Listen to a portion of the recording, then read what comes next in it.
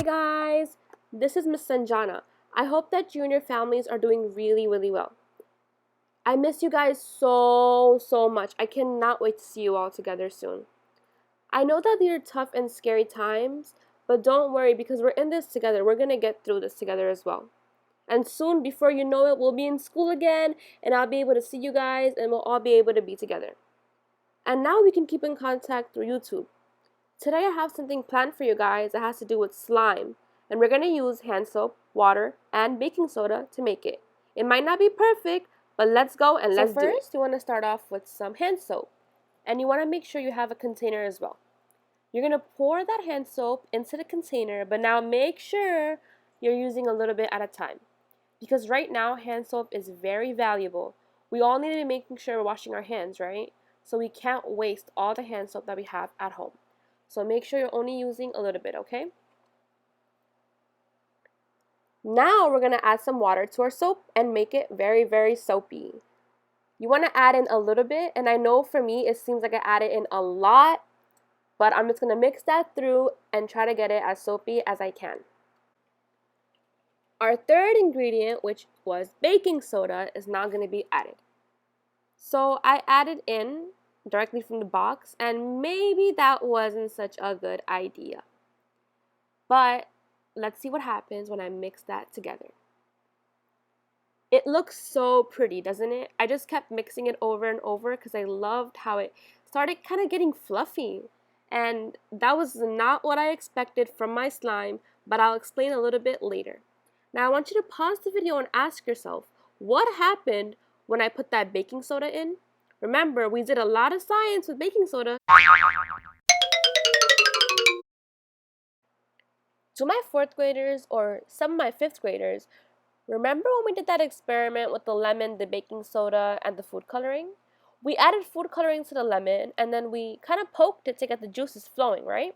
And then we added baking soda to the top and it created a lemon volcano because the lemon was a acid and the baking soda was a base. So when those two combined, it kind of fizzed up and it created something known as a chemical reaction. But this time, when I added my baking soda to the soap, it kind of got mushy. But I didn't give up hope. I tried kneading it the way that you guys did in school when you made the slime, because I wanted to see what would happen.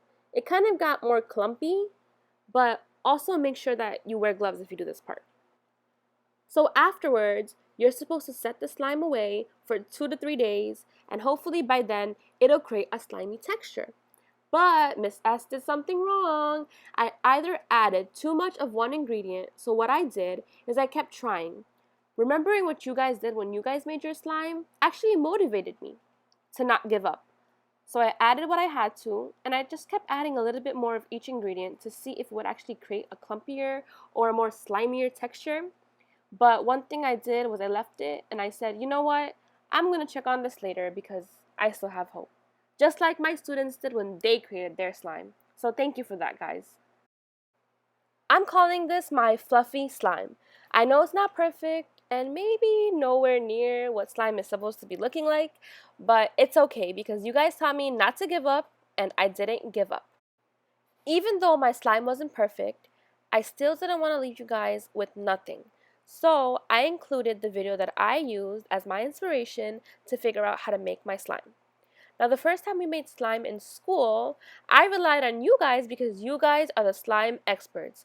I really wish I had you guys here with me to help me through this. But that's why we're all here, right? We're doing this so that we can all learn from each other's mistakes.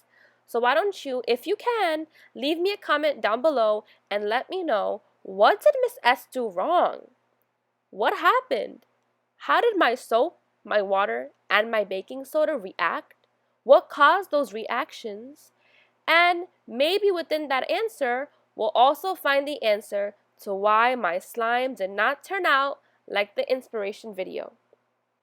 Also, make sure you check out other hand soap slime videos, just like this one, if you want to try making this at home. Now, I know Miss S didn't make the perfect slime, but I hope this put a smile. I was about to say slime on your faces. I mean, a smile on your face. Because all throughout this video, all I thought about was you guys. So keep that smile going and have fun.